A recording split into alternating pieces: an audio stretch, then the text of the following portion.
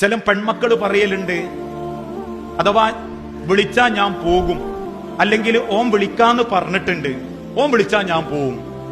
അതിന്റെ വാശിയ 9ാം ക്ലാസ്സിലെത്തിയ കുട്ടികൾക്ക് വരെ ചില മോശം ഇടപാടുകള്. ജീവിതത്തിൽ ഓരോ മണിക്കൂർ നിങ്ങൾക്ക് വേണ്ടി ജീവിക്കുന്ന വാപ്പയും ഉമ്മയും നിങ്ങൾക്കായി തന്ന ആരോഗ്യവും നിങ്ങൾക്കായി തന്ന ഭക്ഷണവും കഴിച്ചിട്ട് ആ അമ്മാനെയും വാപ്പാനെയും വഞ്ചിക്കുമ്പോ പിന്നെന്ത് സമാധാന മക്കളെ നിങ്ങൾക്ക് ദുനിയാവിൽ അല്ലാഹ് തരിക?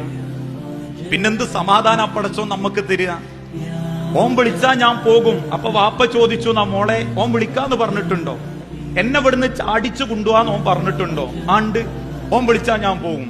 വാപ്പ പറഞ്ഞു, മോളെ 19-20 കൊല്ലം എന്നെ പ്രാണം പോലെ സ്നേഹിച്ച ഞങ്ങളെ സ്നേഹത്തിന് വില കൊടുക്കാതെ നിന്നെ വിളിക്കാൻ ഓൻ തയ്യാറായിട്ടുണ്ട്. ഓന് സ്നേഹത്തിന്റെ വില അറിയൂല.